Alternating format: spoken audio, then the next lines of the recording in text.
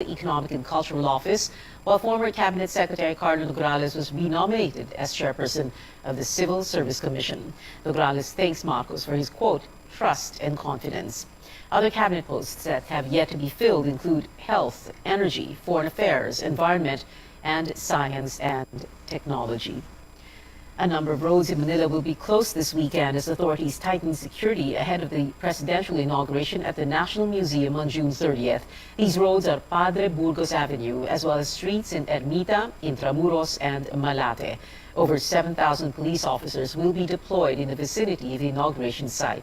Philippine National Police appeals for understanding and advises motorists to take alternate routes. CNN Philippines is your most trusted destination for the live coverage of the inauguration of the 17th President of the Philippines. Catch our special coverage next Thursday, June 30th, beginning at 9 a.m. with senior anchor Pinky Webb and yours truly. People in Luzon are facing thin power reserve days after plants tripped in Bataan, but authorities say there will be no brownouts for now. Elisa Lopez tells us whether we could expect higher electricity charges. The Luzon power grid has been running on thin reserve supply since Saturday after several power plants suddenly went offline. Power transmission in Bataan was disrupted when the retail lines of the local electric cooperative tripped. This caused some damage in power plants in the area, taking 596 megawatts out of commission for several days. The incident forced the Luzon grid to go on red alert on Saturday afternoon, meaning there were no reserves to cushion the expected demand for electricity. Supply in Luzon remained under yellow alert in the afternoon of Monday to Wednesday as the operating margin was lower than the comfortable 647 megawatt reserve level. Despite this, the Energy Department says they did not have to resort to brownouts.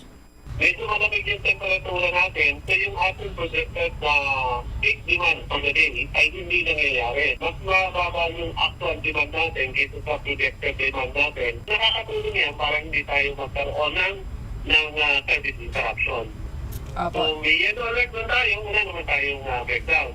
As of Thursday afternoon, DOE is still waiting for 2 units of GN power plants in Mariveles to go back online. It took 632 megawatts out of available capacity on top of nearly 1,000 megawatts from other power generation firms currently under maintenance. The National Grid Corporation says the yellow alert for Thursday afternoon did not push through due to lower than expected power consumption. The DOE is completing its probe on who is to blame for causing narrow power supply margins in Luzon, but it says the situation is improving. Power rates are unlikely to be affected. Ngayon mo siyang maging kapalit sa presyo, hindi namin inaasahan na malaking impact yun. Mas importante kasi meron tayong continuous supply ng electricity. Power distributor Meralco earlier said that the yellow alert does not automatically mean brownouts. Sa distribution utility network ng Meralco, we can assure you that as long as there is enough capacity and the transmission is flowing to our distribution substations, wala po tayong magiging problema. Melissa Lopez, CNN Philippines. Amid continuous fuel price hikes, Senator Win Gatchalian is proposing a 3,000 peso monthly subsidy for public utility vehicle drivers. Gatchalian says 4 billion pesos should cover the cash aid for 5 months.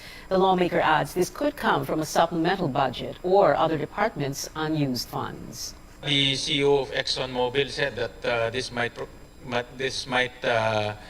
go as long as 5 years. No? This type of scenario, and this is the CEO of the biggest oil company of the world, no? Malaking oil company to. I hope he's wrong. We just have to prepare, meaning we just need to make sure that our 2023 budget will have enough pantawid pasada and ayuda. Transport groups have been calling for the fuel excise tax suspension, but for Gatchalian, this should be the last resort because it would cost billions of pesos in government revenues. Meanwhile, welcome news for household workers in Metro Manila who are getting a pay raise in the coming weeks. The Labor Department says the Regional Wage Board has approved the 1,000 peso wage hike for some 200,000 kasambahays. Their monthly salary will now be 6,000 pesos. The increase will take effect once affirmed by the National Wages and Productivity Commission. Wage boards in Calabarzon and Soxargen are still conducting hearings on requests to raise the pay of domestic workers. More stories ahead on Newsnight. The driver who ran over a security guard in Mandaluyong calls it an accident. George Quiles gives us details. And search and rescue efforts underway after a deadly quake in eastern Afghanistan. Stay tuned.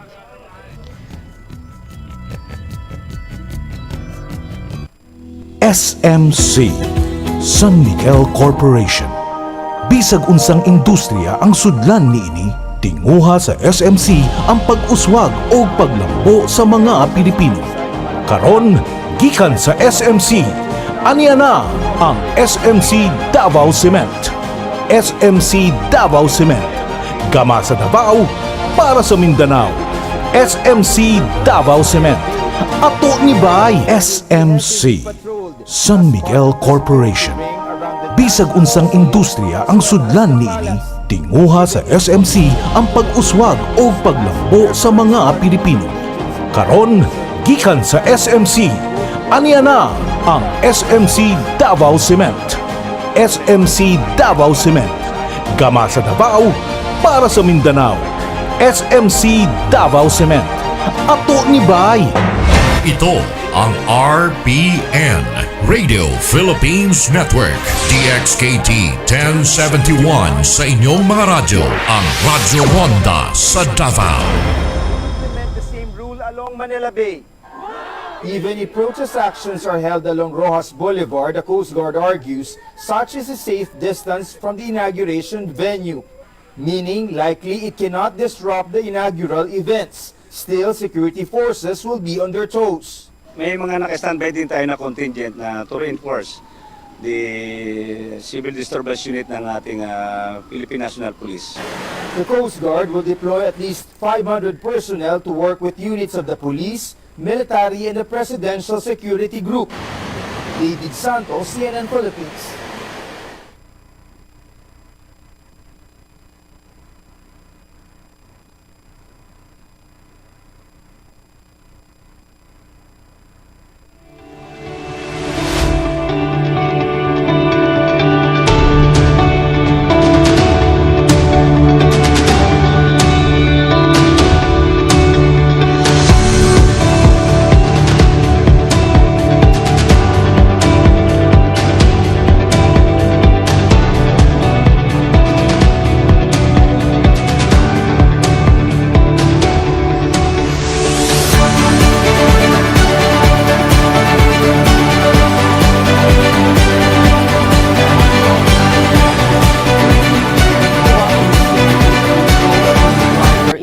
Mandaluyong hit-and-run case claims that the viral incident more than 2 weeks ago was an accident. As he showed up at the preliminary investigation today, our George Quiles has this update. Jose Antonio San Vicente filed his counter-affidavit on the frustrated murder and abandonment of one's victim cases filed against him here at the Mandaluyong City Prosecutor's Office. San Vicente was mum when we asked him about the content of his sworn statement. But a source privy to the case told us that in his affidavit, the suspect said that he accidentally bumped a security guard, Christian Floralde. We asked for a clarification from San Vicente's lawyer, Attorney Danny Macalino. Sinabi, it was not the least of his intention. Hindi naman intentional ang nangyari. So, assist na lang. Floralde's lawyer, Attorney Federico Violena, says otherwise. I think initially it was an accident. Then the succeeding events, it's up to you to conclude. My lawyer siya, so let his lawyer explain. Attorney Violena says the uploader of the viral video where the hit-and-run video was caught has sworn to the authenticity of the evidence before the prosecutor on Wednesday. As of now, the prosecutor will evaluate the pieces of evidence and testimonies from both parties if there are sufficient reasons to file cases before a court. George Quiles, CNN Philippines.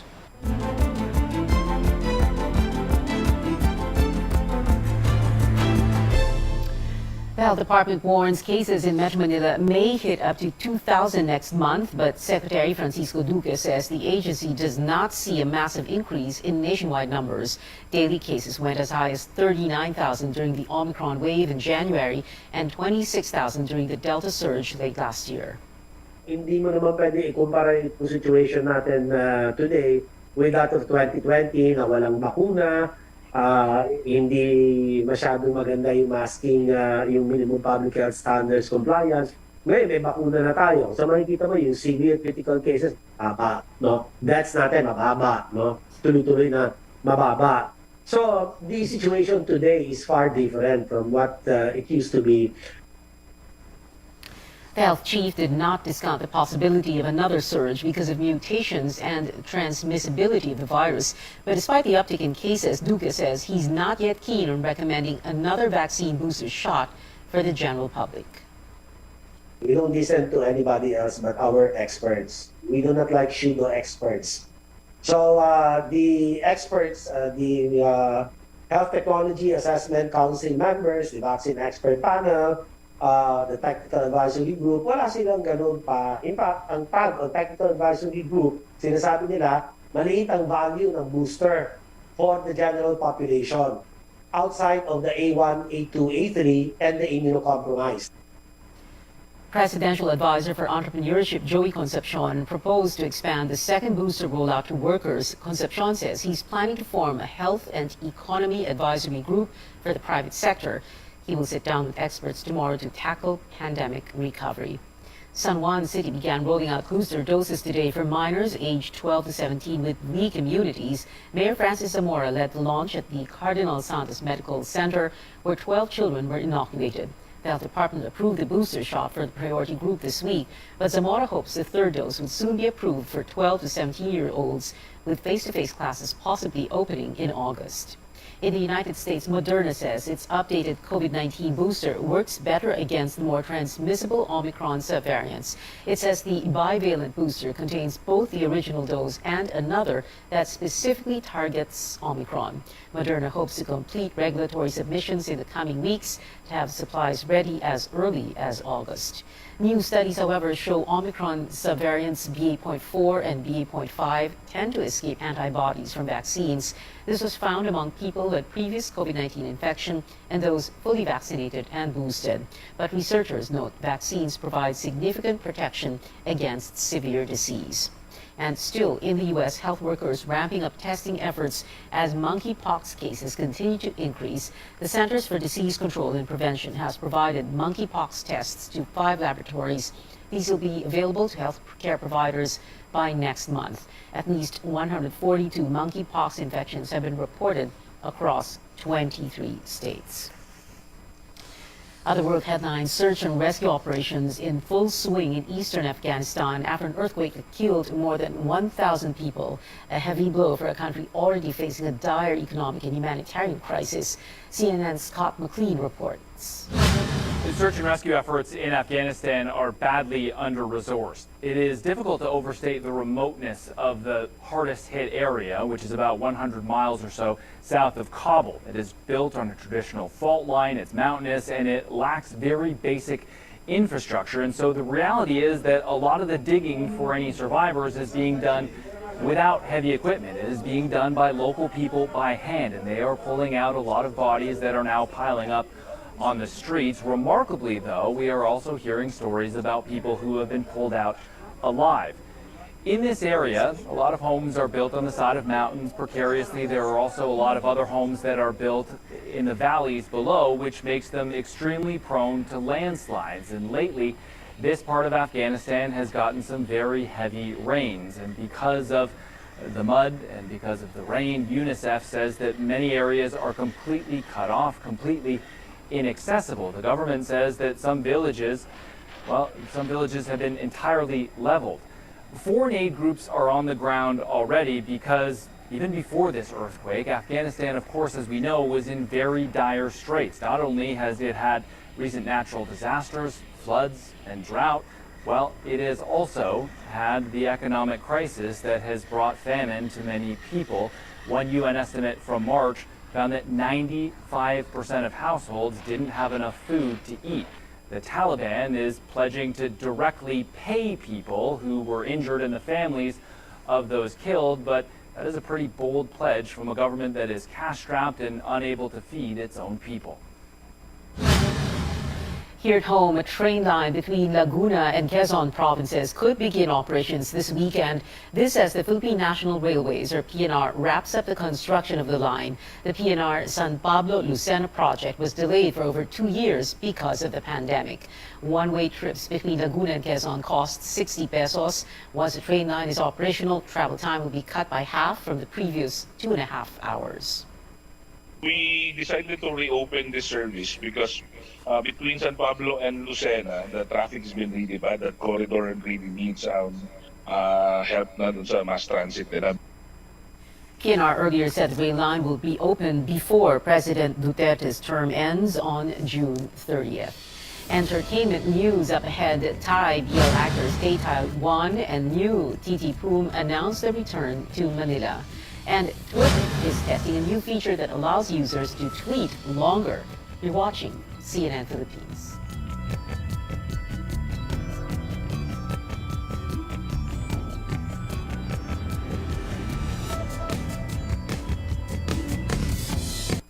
SMC San Miguel Corporation. Bisag unsang industriya ang sudlan niini, tinguha sa SMC ang pag-uswag o paglambo sa mga Pilipino. Karon, gikan sa SMC, aniya na ang SMC Davao Cement. SMC Davao Cement. Gama sa Davao, para sa Mindanao. SMC Davao Cement. Ato ni Bay. SMC San Miguel Corporation. Bisag unsang industriya ang sudlan niini, tinguha sa SMC ang pag-uswag o paglambo sa mga Pilipino. Karon, gikan sa SMC, aniya na ang SMC Davao Cement. SMC Davao Cement. Gama sa Davao, para sa Mindanao. SMC Davao Cement. Ato ni Bay. Ito ang RPN, Radio Philippines Network, DXKT 1071 sa inyong mga radyo, ang Radyo Ronda sa Davao. Open this year with additional beds for COVID-19 patients, medicines and equipment all stocked up.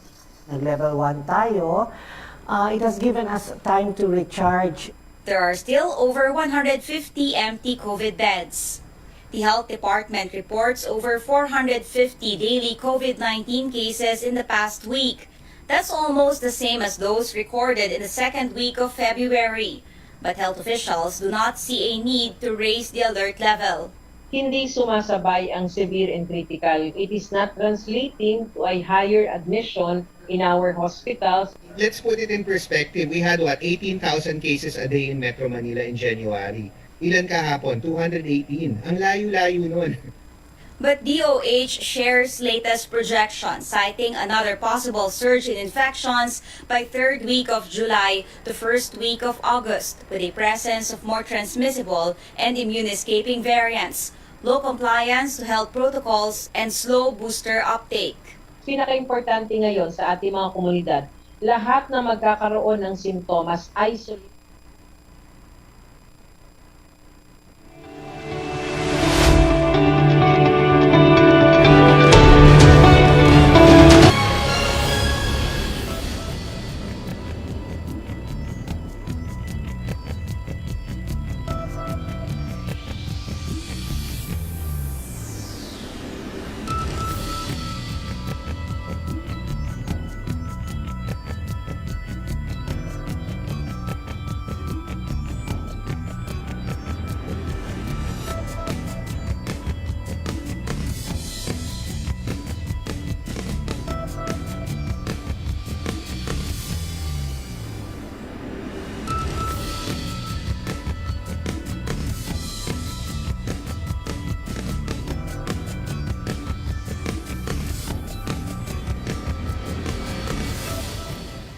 Welcome back to Newsnight. Soon, netizens on Twitter may get a chance to share longer content with a new feature that lets you go beyond the 280-character limit.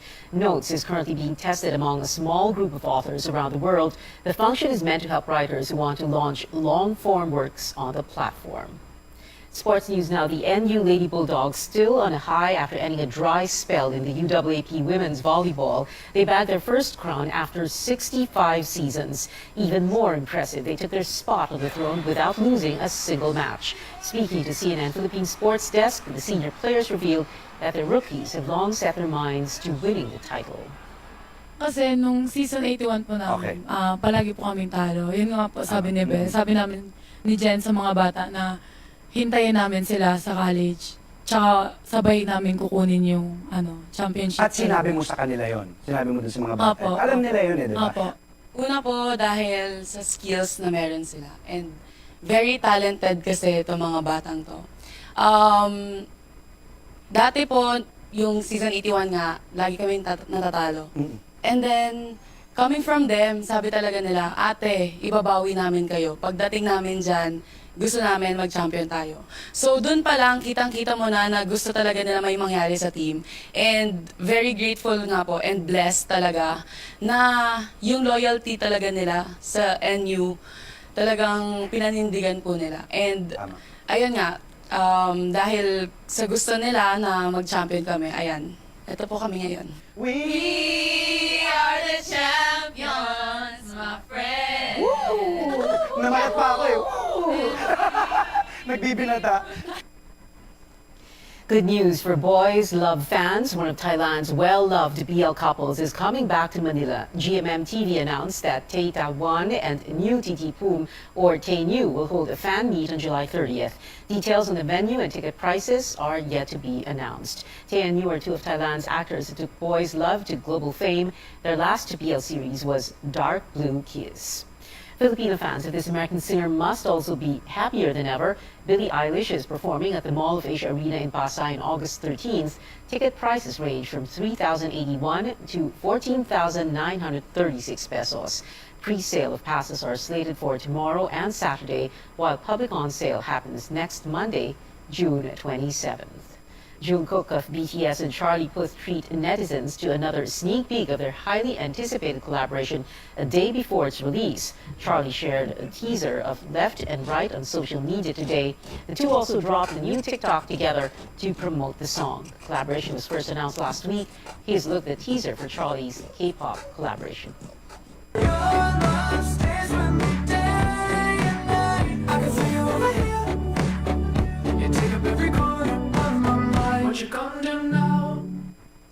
Left and Right begins streaming at 12 p.m. tomorrow. The music video arrives on the same day. And that is it for now. Join me again on news.ph at 7 p.m.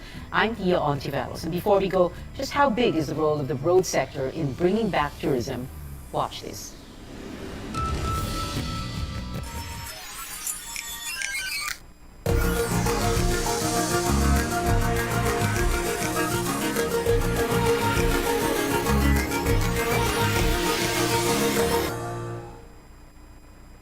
With more roads and shortened travel hours, places that used to feel like a world away are more accessible than ever.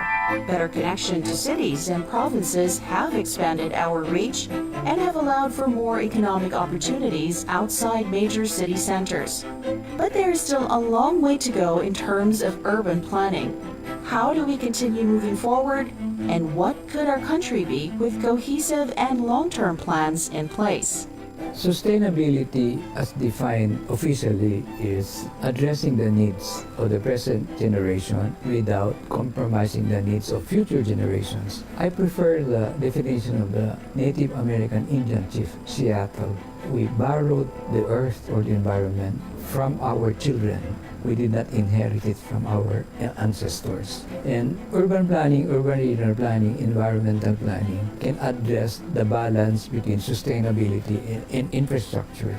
Urban planning is ordering the use of the land, housing, transportation, infrastructure, services and utilities, parks and open spaces. It's making our cities more efficient, more orderly, and looking at it more comprehensively. Also relating the built environment and the natural environment. It's very comprehensive in terms of time. Like at Palafox, we plan up to the next century. Urban planning includes not just the land use but the circulation in the city, its connectivity, mobility, accessibility, and many of the infrastructure projects being implemented by San Miguel Corporation's infrastructure group are filling the gap. Creating cities and townships away from Metro Manila is helping Metro Manila, because if we don't do that, the Metro Manila situation will have more urban problems, traffic problems, congestion problems, and we have wrong land uses at the wrong place at the wrong time. Most of our planning is short-term and opportunistic, not long-term and visionary. Urban expansion of Metro Manila, we cannot stop it anymore. But I wrote also in 1973 when I was a student, development is not worthy of a name unless spread evenly like butter. We should balance the development. We really have to address poverty and submission. And the poorer parts of our country, they don't have jobs because they don't have the infrastructure as well. So many things we have to address to benefit the greatest majority of our people.